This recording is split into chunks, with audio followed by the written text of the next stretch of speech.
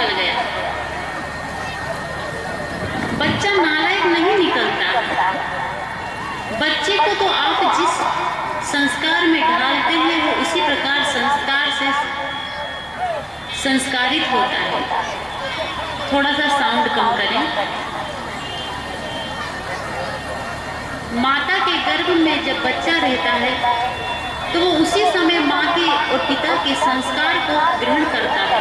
महाभारत का वो प्रसंग आप सभी को याद है कि अर्जुन जब अपनी पत्नी को चक्रव्यूह भेदन की रचना सिखा रहे थे तो उनके पेट में गर्भ में पलने वाला बच्चा अभिमन्यु उसको सुन रहा था। और जब युद्ध चला तो उस समय जब अर्जुन परेशान होकर, हताश होकर, उदास होकर अपने निवास में आते हैं तब अभिमन्यु कहते हैं कि पिताजी आप उदास ना हो, मैंने गर्भ काल में ही कुछ कला सीख लिया हूँ। मैं चक्रव्यूह भेदन का अंदर में जो 7 दरवाजा है उनको तोड़ूंगा और वीर गति को प्राप्त होऊंगा। लेकिन दुर्भाग्य कि जब अर्जुन अपनी पत्नी को चक्रव्यूह भेदन की रचना या चक्रव्यूह का जो कला था वो सिखा रहे थे, विद्या सिखा रहे थे, पत्नी आधा सुनती है, उसे निद्रा आ जाती है। इसीलिए अभिमन्यु अंदर जाने की तो विद्या जानते थे लेकिन उससे बाहर होने की विद्या नहीं जानते, इसीलिए वो वीर गति को प्राप्त हुए। आज वैज्ञानिक भी इस बात को मानता है कि पेट में पलने वाला बच्चा जन्म से ही माँ जो देखती है, माँ जो सुनती है, माँ जो बोलती है, वो सब संस्कार को ग्रहण करता है। इसीलिए जो माताएं गर्भवती होती हैं वो कभी भी पिक्चर, फिल्म, मार काट के सीन ना देखें, हिंसा के सीन ना देखें। क्योंकि आप लोग सोचते हैं ये तो मैं देख रही, मेरे बच्चे को क्या पता। बच्चा तो अभी ना समझे, छोटा सा है, पेट में है, वो सुनता नहीं है, देखता नहीं है, जानता नहीं है, ऐसी बात नहीं है। क्योंकि आप जैसा सीन पिक्चर में, टीवी में, नाच गाने में देखते हैं, आंखों से ग्रहण करते हैं, उस संस्कार सब बच्चे पर पड़ता है। इसीलिए पहले प्राचीन काल में माताएं जब गर्भवती हुआ करती थी तो भागवत, गीता, रामायण पढ़ा करती थी, सत्संग सुना करती थी, संतों के दर्शन किया करती थी, जिससे कि अच्छे अच्छे भक्त, मातृ पितृ सेवा करने वाले श्रवण कुमार, राम कृष्ण जैसे बच्चे जन्म लेते थे। आज के युग में ऐसे महापुरुषों का जन्म होना बंद हो गया। कारण क्या है कि फैक्ट्री खराब हो गई तो माल खराब हो गई, फैक्ट्री में गड़बड़ी आ गई है। हमारी माताएं अगर अच्छा देखना, अच्छा सुनना, अच्छी सेवा करना, अच्छे संस्कार ग्रहण करना शुरू कर दे तो आज भी माताओं में वो शक्ति है कि राम कृष्ण बुद्ध और कबीर को जन्म दे सकती है। इसमें कोई दो मत नहीं है। लेकिन आज की सबसे बड़ी समस्या हो गई है, जब कबीर साहब जिंदा थे, कबीर साहब का युग था, समय था, उस समय की सबसे बड़ी समस्या थी जाति पाति, छुआछूत, ऊंच नीच का, संप्रदाय का बहुत ज्यादा द्वंद्व था। आज वो असमानताएं सरकार ने मिटा दिया है, लेकिन आज दूसरी समस्या हमारे सामने चुनौती बनकर खड़ी है। आज की सबसे बड़ी समस्या है कि हमारी जो बेटी है, लड़की है, वो फैशन में है और हमारे जो बेटा है, भाई है, पिता है, वो दुर्व्यसन में है और माता पिता है तो टेंशन में है। आज की सबसे बड़ी समस्या है कि बेटी है तो फैशन में, बेटा है तो दुर्व्यसन में और माता पिता है तो टेंशन में। तो समाज का सुधार कैसे होगा, कल्याण कैसे होगा, कैसे इस धराधाम में और देवता का अवतरण होगा। हम कब तक मिट्टी और पत्थर धातु की बनाई मूर्ति को पूजते रहेंगे? पूजना बुरा नहीं है, वो तो हमारे आदर्श है, पूजनी भी है, लेकिन क्या उनसे ही जीवन चल सकता है? अगर इस आश्रम में केवल हम पूज्य श्री राम साहब की मूर्ति रख दें और राम साहब जी को यहाँ से कहीं अलग पहुँचा दें, पूर्णिया जिला या भागलपुर, तो इस आश्रम का संचालन ठीक से चलेगा? इस आश्रम का विकास हो सकता है? नहीं हो सकता। उनकी मूर्ति भी हो, फोटो भी हो, लेकिन साहब जी का रहना भी अनिवार्य है। इसी प्रकार जो महापुरुष देवी देवता भूत में हो चुके हैं, अगर आप उनका चित्र अपने घर में दीवार में लगाते हैं तो एक आदर्श आपके जीवन में स्थापित होगा। राम की मूर्ति देखोगे तो राम का आदर्श, कृष्ण को देखोगे तो कृष्ण का आदर्श, बुद्ध, महावीर, कबीर, तुलसी, नानक, आप सारे देवी देवता और भगवान की मूर्ति आपने अपने घर में रखकर उनका आदर्श अपने जीवन में स्थापित करने का प्रयास कीजिए। कई घरों में जाना होता है। पिछले बार बिहार के ही एक घर में गए, भक्त घर था, कबीरपंथी घर था, लेकिन दीवार पूरी हीरोइन और हीरो की फोटो से भर रही थी। अब घर में जिसकी फोटो होगी स्थापित, जीवन में उन्हीं का संस्कार अंदर में आएगा। इसीलिए हम अच्छा देखें, अच्छा सुने, अच्छा बोले, अच्छा कर्म करें, ताकि हमारे जीवन में अच्छा संस्कार बने। तो माताओं पर विशेष समाज का भार है, क्योंकि माताएं अगर सुसंस्कारी हो जाए, समझदार हो जाए, कौशल्या बन जाए, तो जरूर राम को जन्म दे सकती है। इसलिए माताओं से निवेदन है कि अपने कर्म को ज्यादा सुधारने का प्रयास करें। कैसे कर्म को? अपने अंदर में श्रद्धा धारण करें, भक्ति धारण करें, सत्संग को धारण करें। आपके अंदर में सेवा के, सत्संग के, श्रद्धा के सद्गुण रहेंगे तो आपके गर्भ में पलने वाले बच्चों में भी वही सेवा, श्रद्धा और भक्ति के संस्कार रहेंगे। आज देखते हैं हम कि लोग अपनी बेटी का नाम मीरा रखते हैं, सीता रखते हैं, सावित्री रखते हैं, लेकिन नाम तो मीरा, सावित्री, सीता का होता है, लेकिन कर्म वैसे देखने को नहीं मिलते। नाम इन लोगों का रखते क्यों है? सावित्री ही, सीता या मीरा ही नाम क्यों रखते हैं? इसका कारण है कि ये जो नारियां हुई है भूतकाल में, ये भक्तिमयी, पतिव्रता और जीवन में अपने कल्याण को करने वाली हुई, लेकिन आज देखा जाता है, साउंड कम कीजिए, आज देखा जाता है कि नाम तो मीरा है लेकिन काम मीरा नहीं। मीरा ने भक्ति के लिए अपना धन, दौलत, राजमहल सब कुछ त्याग किया। आज लड़कियां भक्ति में नहीं लगती, सत्संग में नहीं लगती। मीरा को जब ज्ञान हुआ कि सदगुरु ही सहायक है और जिंदगी में कोई सहायक नहीं है, पति तो 2 साल शादी के हुए थे और शरीर छूट गया, चल बसे संसार से।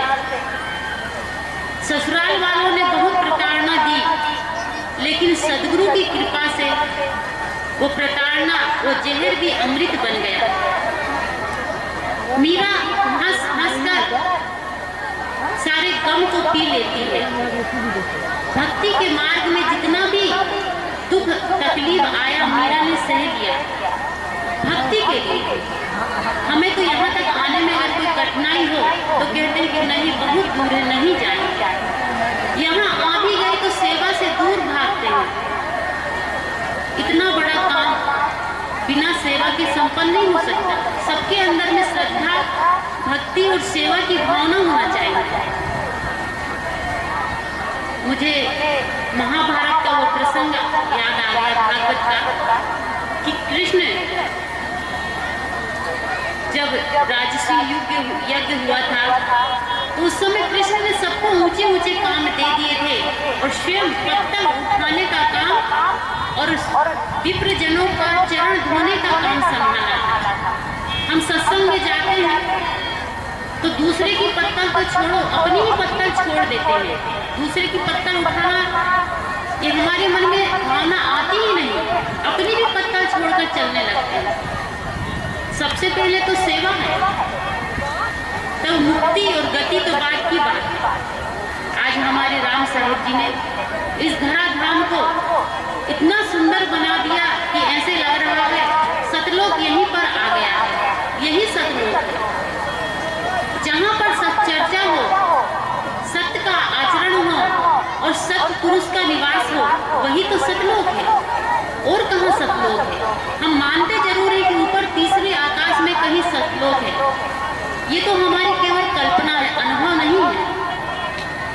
लेकिन आज हम जो अनुभव कर रहे हैं किसी सतलोक से कम नहीं है, जहाँ पर इतने दूर दूर से संत महापुरुष आए हैं, भक्त समाज आए हैं और ज्ञान की गंगा बह रही है। उस गंगा में तो केवल तन साफ होता है, लेकिन इस पावन गंगा में, सत्संग रूपी गंगा में अगर हम सच्चे मन से डुबकी लगाएं तो तन और मन दोनों ही साफ हो जाते हैं। इसीलिए हम इस सत्संग की गंगा में डुबकी लगाएं। इसीलिए एक भजन में सुंदर कहा गया है, तन साफ बना कर देख लिया, मन साफ बनाने आए हैं। तन साफ बना कर देख लिया, मन साफ बनाने आए हैं। दुनिया को रिझा कर देख लिया, हाँ दुनिया को रिझा कर देख लिया, गुरुवर को रिझाने आए हैं।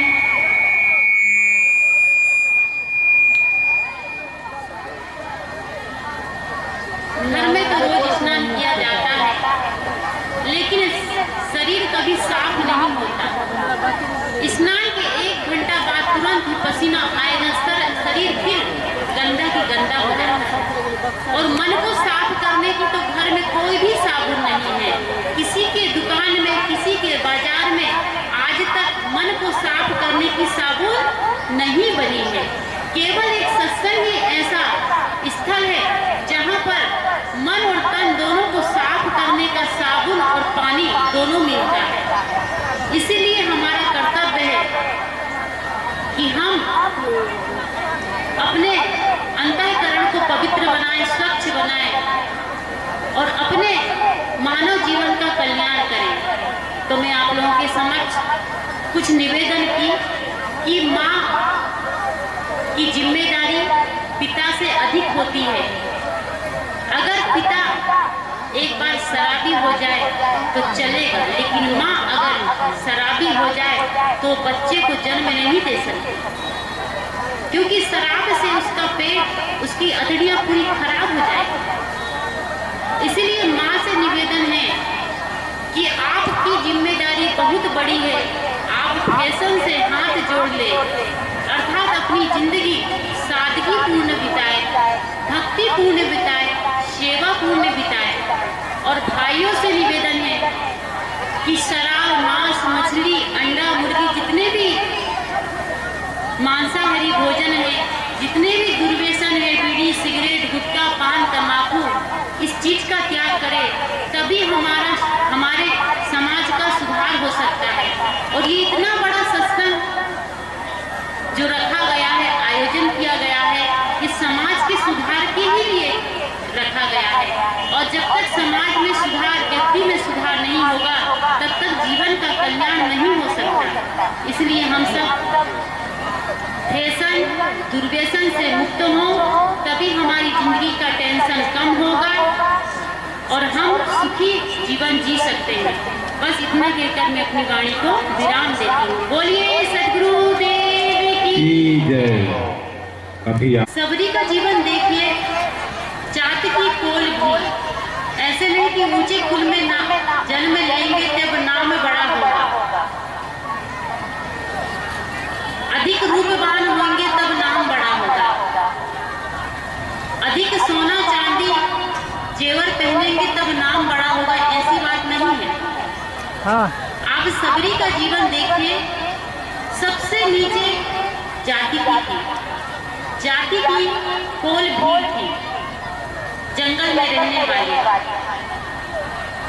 चेहरे में भी रूप में भी काली कलुटी थी। हम लोग सब जो चित्र देखें उसके अनुसार, और धन में गरीब थी। अब घर को तो छोड़कर आ गई थी, वन में अपना कुटी बनाकर प्रभु की भक्ति के लिए रोज आंगन गुहारती और सुंदर सुंदर बेरों को चुनकर लाती। एक दिन सबरी बोलती है ऋषियों से कि ऋषिवर, हमारे घर में प्रभु कब आएंगे, हमारी इस कुटी में प्रभु दर्शन कब देंगे। तो ऋषि बोलते हैं कि सबरी, एक ना एक दिन जरूर प्रभु आएंगे। ऋषि उसे दिन तारीख समय कुछ नहीं बताते कि 1 साल बाद, कि 2 साल बाद, कि 3 साल बाद कब आएंगे ये नहीं पता, लेकिन एक ना एक दिन जरूर आएंगे। वो दिन 80 साल बाद भी हो सकता है, 50 साल बाद भी हो सकता है, 60 साल बाद भी हो सकता है। सबरी ये बोलती है कि ऋषिवर, इतने दिन, इतने लंबा समय तब तक मैं इंतजार नहीं कर सकती। सबरी ऐसा नहीं कहती, क्योंकि सबरी के अंदर में अगाध श्रद्धा थी, भक्ति थी। हम लोगों की श्रद्धा और भक्ति तो थोड़े में टूट जाती है। संत ने कहा हम 8 बजे आ रहे हैं, लेकिन कोई कारण से 10 बजे पहुंचे तो लोग कहते साहब अभी आ रहे हैं, 8 बजे को आने को कहा था, संत को टाइम बताया। लेकिन सबरी में बड़ी श्रद्धा थी। उन्होंने कहा ऋषिवर से कि प्रभु एक ना एक दिन जरूर आएंगे ना, बस मुझे विश्वास है, आपका आशीर्वाद है, आपके वचनों पर मैं इंतजार करते रहूंगी कि मेरे प्राण छूटने से पहले एक ना एक दिन प्रभु राम जरूर आएंगे। इसीलिए उनका नाम सबरी रखा गया था, क्योंकि उनके अंदर में सब्र था, धैर्य था, और जो सब्र और धैर्य रख सकता है वही प्रभु को पा सकता है। तो माता सबरी को देखें, आज भी बड़े प्रेम से लोग माता सबरी का जयकार लगाते हैं। उसके पीछे कारण था कि माता सबरी के अंदर श्रद्धा और भक्ति थी, सेवा की भावना थी। रूप से, विद्या से, जाति से, धन से, पद से, प्रतिष्ठा से कोई आदमी प्रसिद्ध नहीं हो सकता, कर्म से महान बनता है। लेकिन आज देखते हैं कि माताएं अपने आप को सुंदर दिखाने के लिए, सुंदर कहलाने के लिए बहुत साज सज्जा करती है। अपने चेहरे को सजाएंगे सोना चांदी से, आभूषण से, लेकिन कहा गया कि हाथों की शोभा सोने के कंगन से नहीं, दान करने और सेवा करने से। कानों की शोभा सोने के कुंडल से नहीं, सुंदर सत्संग और भजन सुनने से। आंखों की शोभा काजल आंजने से नहीं, संतों के दर्शन करने से। ओठों की शोभा लिपस्टिक से नहीं है, माताएं बहुत लिपस्टिक लगाती हैं, और उत्तर प्रदेश और बिहार में तो खासकर बहुत ज्यादा लगाया जाता है। कितनी माताएं सत्संग में आती तो भी लिपस्टिक लगाकर आती। एक बार एक पिक्चर देख रही थी मैं, और वो पिक्चर बनी थी जितनी भी माताएं मेकअप करती है, श्रृंगार करती है, cream cream powder smooth lipstick किस प्रकार से बनता है, वो बनाने की फैक्ट्री का सीन दिखाया गया था कि कैसी कैसी परिस्थितियों से गुजरकर ये सामान बाजार में आते हैं। तो उसमें बताया गया था कि सुअर की चर्बी से लिपस्टिक बनती है और माताएं ओठ में लगा लेती है, ओठ लाल लाल हो जाता है। ओठ और जीभ की दूरी ज्यादा दूर नहीं है। अब कुछ तो ओठ में लगा लिपस्टिक पेट के अंदर भी जा सकता है। इसलिए माताओं से निवेदन है, लिपस्टिक न लगाएं, सादगीपूर्ण जीवन जिए। एक कहानी याद आ गई मुझे कि कर्म से आदमी महान बनते हैं, सुंदरता से जेवर से नहीं बनते। एक बार एक संत एक माता के यहाँ गए, दरवाजा खटखटाया, घर से एक बहू निकली और बहू ने कहा, संत जी आप इतनी जल्दी क्यों आ गए? संत भिक्षा लेने आए थे। दरवाजा खटखटाया तो बहू ने दरवाजा खोला, संत को देखा और देखकर बोला कि संत जी आप इतनी जल्दी क्यों आ गए? संत ने कहा, बेटा मुझे समय का ज्ञान नहीं था। फिर संत प्रश्न करते हैं कि बेटी आपकी उम्र कितनी है? बेटी ने उत्तर दिया कि संत जी मेरी उम्र 4 वर्ष है। और कहे आपके पति की उम्र? बेटी ने कहा कि मेरे पति की उम्र 2 वर्ष है। बगल के कमरा में ससुर जी बैठे हुए थे, सुन रहे थे बहू और संत की बात को। फिर संत जी पूछते हैं, बेटा आपकी सास की उम्र कितनी है? अब ससुर सोचता है कि मेरी बहू पूरी 24 साल की है, 4 साल की। बेटा मेरा 24 साल का है, 24 साल का है, और ये सारी सास क्यों नहीं बताएगा?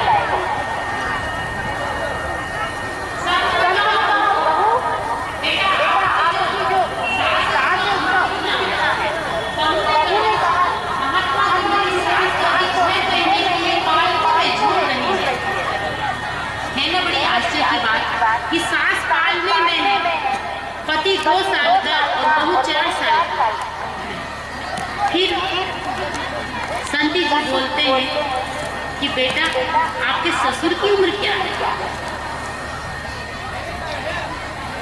अब ससुर सोचता है कि ये मेरा क्या हाल करेगी, जब पति अपनी उम्र 4 साल, पति की 2 साल और सास की 6 महीने बताई है, तो मेरा क्या हाल करेगी, मेरी उम्र कितनी बताएगी? तब बहू कहती है, महात्मा जी मेरे ससुर का तो अभी जन्म ही नहीं हुआ है, वो तो अभी पैदा हुए ही नहीं। ससुर को बड़ा गुस्सा आता है और कहते हैं कि मेरी बहू तो फूल डुबाने वाली निकली, नाक कटाने वाली निकली, प्रतिष्ठा को मिट्टी में मिलाने वाली निकली। अरे मैं नहीं होता तो सास कहाँ से होती, सास नहीं होती तो पति कहाँ से होता, पति नहीं होता तो फिर बहू कहाँ से आई? पति ससुर बड़े गुस्सा में, क्रोध से जल रहे थे अंदर ही अंदर कि अभी बताता हूँ बहू को, अभी मजा चखाता हूँ कि मैं जन्मा हूँ कि नहीं जन्मा हूँ। थोड़ा समय बीता, संत ने आखिरी प्रश्न किया कि बेटा आपके जो ससुर हैं वो ताजा खाते कि बासा खाते हैं? बहू ने कहा, कहाँ उनके नसीब में ताजा लिखा, रोज बासा ही खाते हैं। सेठ बड़ा अमीर था, धनी था। ये सब बात सुनकर बहुत ज्यादा क्रोधित हुआ। संत चले गए भिक्षा लेके। बहू जैसे ही अंदर आई तो ससुर को गुस्सा के मारे आग बबूला हो गए, क्रोध से लाल लाल हो गए। उन्होंने कहा, बहू, क्या मेरा ही घर तुम्हें नाक कटाने के लिए मिला था? आज तो तुमने मेरी पूरी बदनामी कर दी। वो संत से कैसी कैसी बात कर रही थी। बहू ने कहा, पिताजी, संत तो संत होते हैं। संत के साथ हम तो अध्यात्म की, ज्ञान की चर्चा कर रहे थे। ससुर कहते हैं, मैं सब सुन रहा था, क्योंकि कहते हैं ना कि दीवार के भी कान होते हैं। ससुर कहता है कि मुझसे झूठ बोलती हो।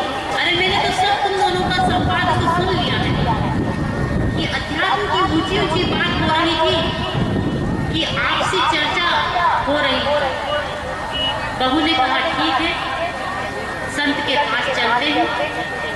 ससुर और बहू दोनों संत के पास गए, प्रणाम किया, हाथ जोड़कर ससुर ने कहा, महात्मा जी, हमने सुना था जिस घर में संत का चरण पड़ जाता है, जिस घर में संत का आगमन हो जाता है, वहाँ पर तो मंगल ही मंगल हो जाता है, खुशियाँ ही खुशियाँ हो जाती है। लेकिन आप तो हमारे घर आए और महाभारत युद्ध चालू हो गया। संत ने कहा, क्या बात है? कहे, मेरी बहू बड़ी नादान है, लेकिन आप भी कुछ ठीक नहीं है। अरे किसी की बहू बेटी से उम्र पूछना चाहिए।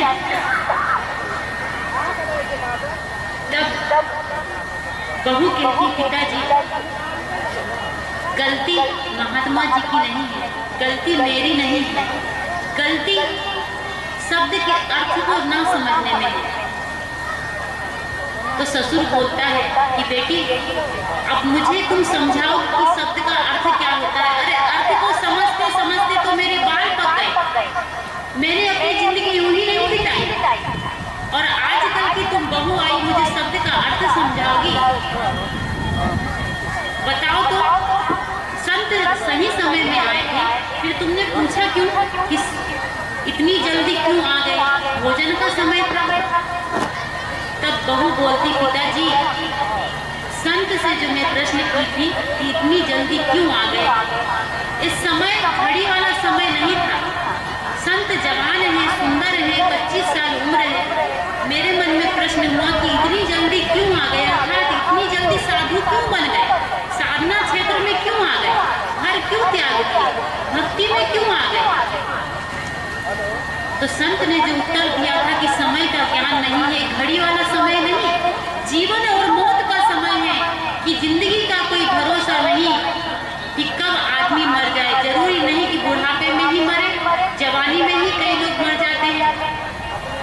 इसलिए संत ने कहा था, समय का ज्ञान नहीं, अर्थात मौत का कोई ठिकाना नहीं कि कब काल आ जाए और कब उठाकर ले जाए और हम भजन भक्ति से ही वंचित रह जाए। इसलिए जल्दी ही भजन भक्ति में लग गए। ससुर को समझ में आ गया कि अर्थ का मैंने अनर्थ किया है, अर्थ को मैं नहीं समझ पाया। बाल जरूर सफेद हो गए हैं, लेकिन अनुभव से नहीं, सत्संग से नहीं, संसार में पके हुए बाल हैं, सत्संग में पके बाल नहीं है। तब दूसरा प्रश्न करती है ससुर, दूसरा प्रश्न करते हैं कि आपने जो बहू की उम्र पूछा था वो कुछ समझ में नहीं आया। संत कहते हैं, मैंने बहू का उम्र, ये शरीर का उम्र नहीं पूछा था, मैंने तो उनका आध्यात्म